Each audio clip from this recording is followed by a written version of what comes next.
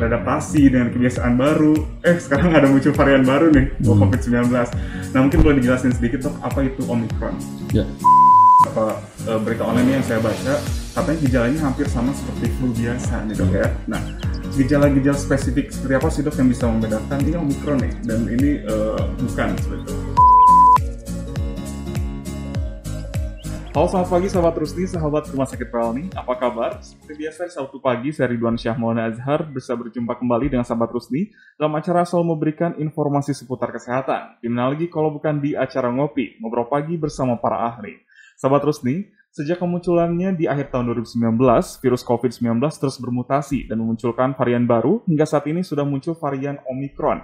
Dan tentunya hal tersebut menjadi suatu kekhawatiran bagi sebagian masyarakat akan terjadinya gelombang lainnya. Nah, untuk sahabat Rusdi yang masih belum tahu nih apa itu Omicron, nih simak langsung yuk podcast di sini sampai akhir karena sudah ada bersama kita Dr. Elang Samudro, spesialis paru konsultan.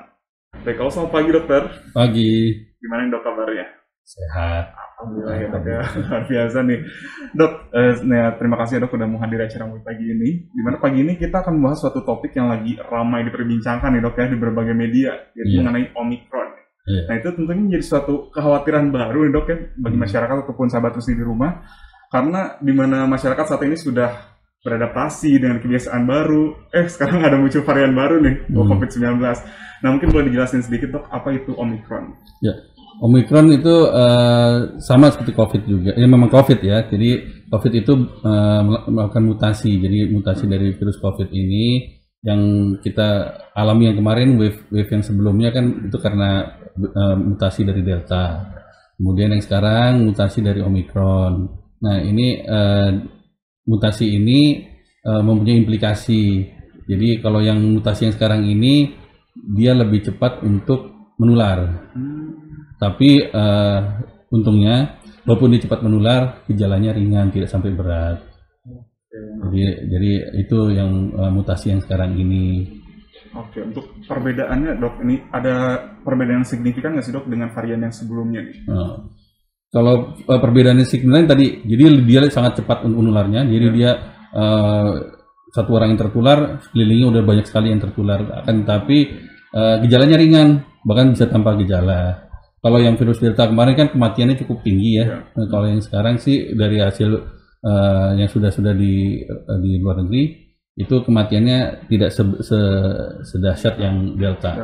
Oke, jadi sahabat Rusdi di rumah juga tidak perlu khawatir, tapi harus tetap siaga mungkin ya dok ya, karena memang virus ini juga masih ada ya. Nah dok, kan beberapa artikel juga menyebutkan bahwa di Indonesia sekarang nih angka penderita Omicron ini sudah mulai meningkat nih dok. Tapi justru bor di rumah sakit justru menurun nih. Pendapat dokter kayak gimana? Ya itu bisa terjadi karena tadi saya bilang bahwa di masyarakat akan meningkat naik, tetapi bor rumah sakit kecil karena yang dirawat di rumah sakit kan yang berat. Dan sedangkan ini gejalanya banyakan ringan. Tapi tetap hati-hati pada populasi-populasi khusus seperti yang punya komorbid, sakit-sakit kronik, yang jantung, gagal ginjal, itu kadang-kadang menimbulkan kekambuhan dari penyakit lamanya yang sudah diderita, jadi memperberat. Itu jadi masalah. Jadi kematian bisa terjadi karena mortalitas tinggi karena penyakit komorbidnya, jadi memperberat dari komorbidnya dia. Oke, jadi tidak boleh dianggap remeh ya. Iya. Karena proses penularannya juga cepat, apalagi ke sekeliling penderitanya ya dok ya. Nah, untuk gejalanya sendiri dok, ini kan beberapa berita online yang saya baca, katanya gejalanya hampir sama seperti flu biasa nih dok ya. Nah, gejala-gejala spesifik seperti apa sih dok yang bisa membedakan ini Omicron nih dan ini bukan seperti itu? Kalau gejala Omicron hampir sama seperti Delta, tapi dia tidak menimbulkan kerusakan di paru yang cukup luas. Jadi dia mungkin hanya sampai tenggorokan saja. Jadi gejalanya mungkin batuk, kemudian hidung berair atau pilek, demam, itu gejala-gejala yang mungkin timbul. Jadi dia hanya sampai di saluran napas atas saja. Jarang sekali menimbulkan pneumonia atau radang paru yang cukup berat.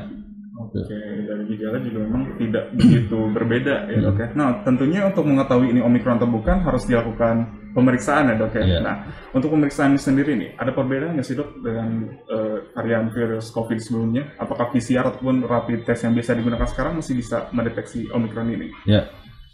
Untuk Omikron ini bisa dilakukan dengan antigen juga masih bisa. Kemudian PCR juga bisa dilakukan. Hanya tetapi ada beberapa reagen PCR yang perlu di-adjust. Jadi ada beberapa yang gen S itu yang perlu ada reagennya sendiri. Jadi untung yang di PLNI ini kita sudah bisa melakukannya ya dengan PCR dengan gen S itu. Jadi untuk membedakan itu gen S tadi ya dok yang menggunakan PCR. Nah, untuk pencegahannya nih dok ya, mungkin kemarin kita sudah melakukan berbagai upaya ya dok ya dengan melakukan adaptasi kebiasaan baru. Nah, untuk upaya pencegahan Omikron ini ada tambahan atau masih tetap sama sih dok sebetulnya? Secara umum sama, tetap sama. Jadi karena dia penularannya lewat udara, jadi kita bicara begini bisa menular. Jadi terutama pasti menggunakan masker, kemudian jarak, cuci tangan itu. Oke, protokol kesehatan. Satu lagi tambahan seharusnya. Vaksin. Karena sebagian besar pasien-pasien yang terkena COVID misalnya Omikron ini gejala ringan karena sudah punya antibodi. Jadi antibodi itu bisa didapat dari infeksi yang sudah pernah, misalnya sudah pernah kena COVID, dia pasti punya antibodi. Terus yang kedua adalah vaksin. Vaksin yang itu bisa membentuk kekebalan antibodi di dalam tubuh. Jadi itu akan melindungi kita dari Omikron ini. Oke, jadi memperingan gejala ya. Nah, dengan adanya Omikron ini, perlu nggak sih dok vaksin booster gitu seperti tenaga kesehatan? Ya, perlu sekali. Jadi karena vaksin yang bukan alami ya, jadi yang dilakukan secara vaksinasi itu kadar antibodinya akan menurun biasanya setelah 6 bulan. Nah itu biasanya perlu di booster untuk meningkatkan lagi.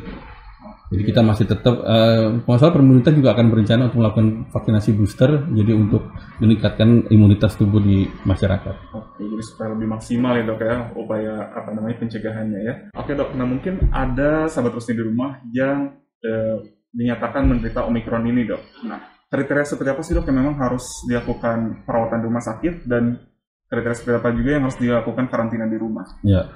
Jadi kita dengar sendiri ya di bagi media bahwa banyak pesohor negeri yang yang orang terkenal kemudian pulang dari luar negeri ternyata dia menderita Omikron dan tidak mau dikarantina di pusat karantina. Dia dibolehkan untuk karantina di rumah.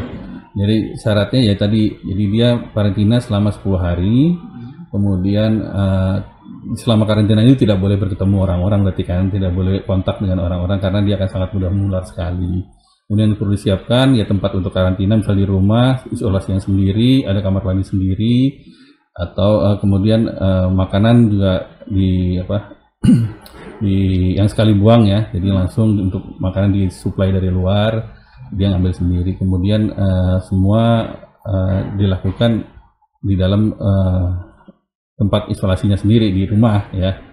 Terus kemudian tidak berkontak dengan orang, gunakan masker ketika keluar, dan minum obat-obatan. Obat-obatannya yang bisa menjadi vitamin, kemudian antivirus kalau perlu, dan antibiotik bila perlu. Itu aja. Terus kemudian jangan lupa tadi ya bahwa karantina berarti ada di rumah, bukan jalan-jalan keluar. Harus stay at home ya dok. Stay at home. Ya, itu aja. Oke, mungkin kalau yang di rumah sakit gejalanya mungkin sudah berat tadi ya dok ya, ada komorbid dan lain sebagainya. Ya. Untuk perawatan di rumah sakit itu sebaiknya biasanya sih kalau orang-orang sehat nggak mau dirawat di rumah sakit kan. Jadi orang yang punya gejala yang agak lebih berat, misalnya ada sesak napas, ada punya komorbid yang dikhawatirkan akan menjadi lebih berat, itu silahkan dirawat di rumah sakit. Jadi ada kondisi-kondisi tertentu ya dok. Oke, nah untuk yang karantina di rumah nih dok, kapan sih harus melakukan pemeriksaan ulang nih? Adanya masih menderita Omikron atau enggak nih? Biasanya sih tadi kan karena masa karantina 10 hari. Jadi setelah 10 hari silakan untuk dites ulang lagi. Oke nih dok, sebelum kita tutup, ada nggak sih dok tips dan trik untuk sahabat Rusni di rumah mengenai Omikron ini? Ya, untuk sahabat di rumah, satu yang jelas protokol kesehatan harus tetap dilakukan, jaga jarak, cuci tangan, gunakan masker. Yang kedua adalah vaksinasi. Vaksinasi ini sangat penting. Jadi beberapa kasus justru yang berat justru karena pasiennya tidak divaksin. Jadi bisa menimbulkan keparahan yang cukup berat. kalau kita tidak divaksin. Jadi vaksin ini sangat melindungi kita dari COVID ini. Apalagi sudah disediakan oleh pemerintah, kita tinggal memanfaatkannya saja. Oke, dan juga mungkin sahabat Terus di rumah meskipun yang sudah divaksin, protokol kesehatannya harus tetap dilakukan ya dok ya. Oke. Gimana sahabat Rusni, udah tahu kan apa itu Omikron? Nah, untuk sahabat Rusni tidak perlu khawatir berlebihan, namun harus tetap waspada akan Omikron ini dengan melakukan protokol kesehatan dan wajib untuk vaksinasi. Bagi sahabat Rusni yang sudah melakukan perjalanan jauh ataupun merasakan tanda dan gejala yang tadi sudah disebutkan oleh Dr. Erlang, bisa melakukan PCR ataupun antigen di rumah sakit Pelni. Dan bagi sahabat Rusni yang melakukan pemeriksaan kesehatan paru-paru bersama Dr. Erlang, bisa datang langsung ke Poliklinik Heritage Rumah Sakit Pelni setiap hari Senin, Kamis, dan Jumat mulai pukul 5 sore. Untuk mendapatkan informasi lebih lanjut, sahabat Rusni bisa hubungi nomor yang ada di deskripsi box. Dan untuk mendapatkan informasi terupdate seputar kesehatan dan penawaran menarik dari Rumah Sakit Pelni, sahabat Rusni wajib untuk follow akun Instagram kami di RS Pelni. Dan jangan lupa untuk like, comment, dan subscribe kanal YouTube kami di RS Pelni. Terima kasih atas perhatian Anda. Sampai jumpa di acara ngopi selanjutnya.